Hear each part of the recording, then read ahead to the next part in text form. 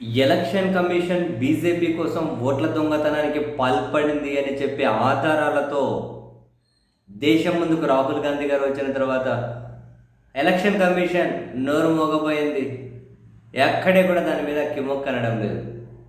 దీని మీద రోజుకొక ఆధారం అయితే బయటపడుతూ ఉంది.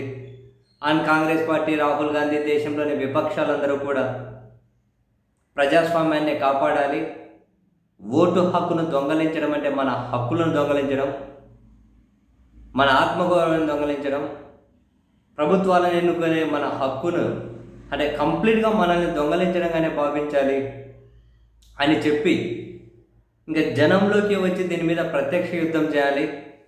ఓట్ల దొంగలను ఇంటికి పంపించేంత వరకు విశ్రమించేదే లేదు అని చెబుతూ రాహుల్ గాంధీ గారు రేపటి నుంచి ఆగస్టు 17 నుంచి బీహార్లో ఓటర్ ఆధారిత యాత్ర అని చెప్పి ఓటర్ అధికార్ యాత్ర అని చెప్పి 1300 కిలోమీటర్లు ఒక యాత్రను లీడ్ చేస్తూ ఉన్నారు రాహుల్ గాంధీ గారు.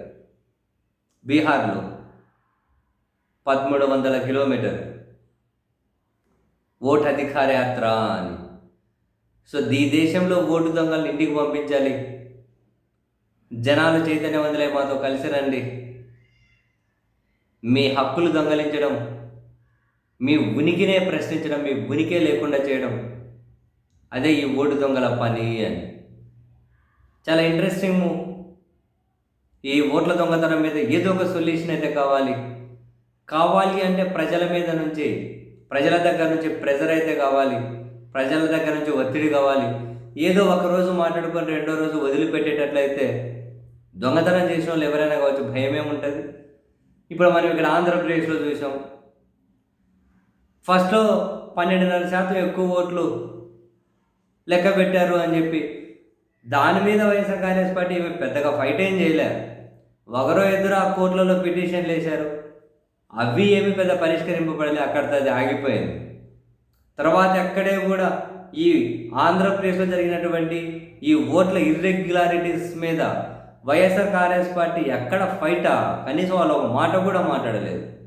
ఎక్కడో అప్పుడొకటి ఇప్పుడొకటి మాట్లాడడం తప్పితే వాళ్ళు ఒక కన్స్ట్రక్టివ్గా వాళ్ళు చేసిన ఫైట్ అయితే వాళ్ళ స్పందన చాలా నిర్జీవంగా ఉంది.